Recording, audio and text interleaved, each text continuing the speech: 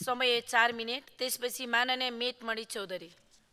सभामुख महोदय, म सबभन्दा पहिले त यो ताप्लेजुङको पाथिभरा मुकुमलुङ मा नो केबल कार अभियानमा रहेका मानिसहरूलाई जसलाई पक्राउ गरिएको छ उनीहरूको अविलम्ब रिहाईको माग गर्दछु र सरकारले मुठभेड ननिम्त्याओस् भन्ने म आग्रह गर्न चाहन्छु र संवादबाट समस्या समाधान गरोस् भन्न चाहन्छु। अर्को विषय छ कि भर्खरै ऊर्जा मन्त्रीले आधा घण्टा लामो यहाँ चाहिँ मन्तव्य दिनुभयो।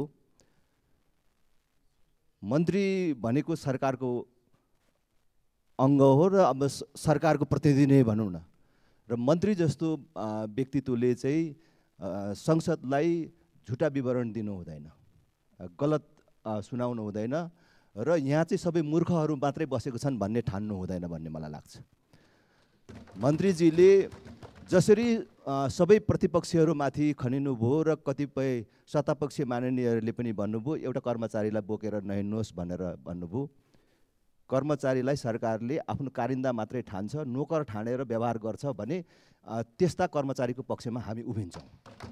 हामी कसैलाई त्यस्तो अन्याय हुन दिन्नौँ र त्यस्ता झुटा कुरा हामी सुनेर पनि बस्दैनौँ। यो कुरा पनि याद राख्नु पर्यो।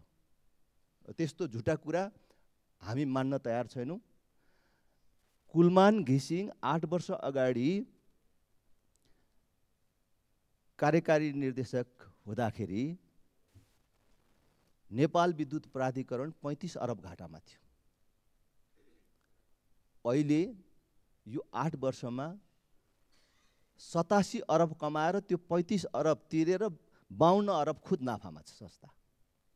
तर मन्त्रीले उभिएर भन्ने नक्कली तथ्याङ्क पेश गरेर प्राधिकरणलाई नाफा देखाइयो भनेर भन्नुको अर्थ के हुन्छ?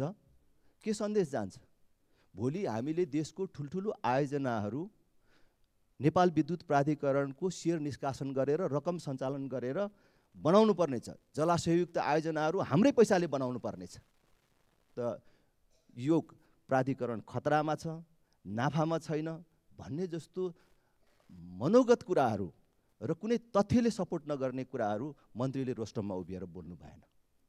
आफ्नो व्यक्तिगत आकाङ्क्षा पूर्तिका लागि संस्थाको हित विपरीत हुने कामहरू गर्नुहुन्न।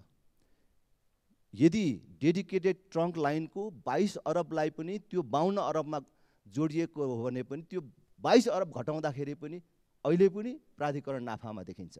त्यसमाथि पनि लाल आयोगले दिएको निर्देशन अथवा प्रतिवेदन अथवा निष्कर्ष अनुसार पनि उसले 3टा क्याटेगोरी भनेको छ त्यो 22 अरबमा। जसले लोड सेडिङको बेला बिजुली बालेको छ उसँग पैसा असुल्नु, त्यो समयको पैसा असुल्नु र जो लोड सेडिङ अन्त्य भयो भनिसकेपछिको त्यो पैसा नलिनु र जसको अदालतमा छ त्यसको बारेमा अहिले नचलाउनु, अदालतको निर्णय आएपछि भनेर भनेको छ। भनेपछि अहिले मन्त्रीजीको भनाइअनुसार त त्यो 22 अरब पैसा नउठाउने सरकारले टुङ्गो गरिसक्यो जस्तो देखिन्छ, हैन? यस्तो काम गर्न पाइँदैन। संसदमा हामी पनि छौँ र यस प्रकारको अन्याय र यस प्रकारका भ्रमपूर्ण कुराहरू गर्न हामी दिँदैनौँ। कुलमान घिसिङलाई एउटा म्याद तोकेर एउटा समय तोकेर कार्य सम्पादन फारम भर्न लाउने अनि त्यो ढिलो ल्याएकै आधारमा कार्य सम्पादन फारमै नबुझाएकोलाई चाहिँ 0 अङ्क दिने र त्यसको आधारमा कारबाही गर्ने भनेर भन्ने। तर सरकारका मन्त्रीहरूको कार्य सम्पादन मूल्याङ्कन हिजो अस्ति भर्खर आयो त। प्रधानमन्त्रीको कार्यालयले नै उत्तीर्ण अङ्क ल्याएन।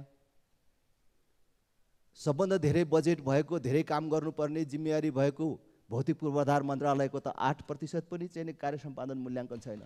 यिनीहरूलाई कसले कारबाही गर्ने? पहिले आफै कारबाहीमा बस्नु पर्यो।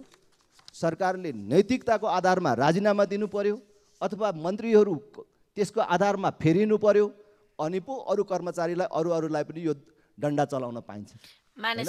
आफूलाई मन लागेको जे पनि गर्ने अनि अरू निरीह कर्मचारीहरूलाई डन्डा चलाउने यो काम फेरि पनि भन्छु मान्य हुँदैन।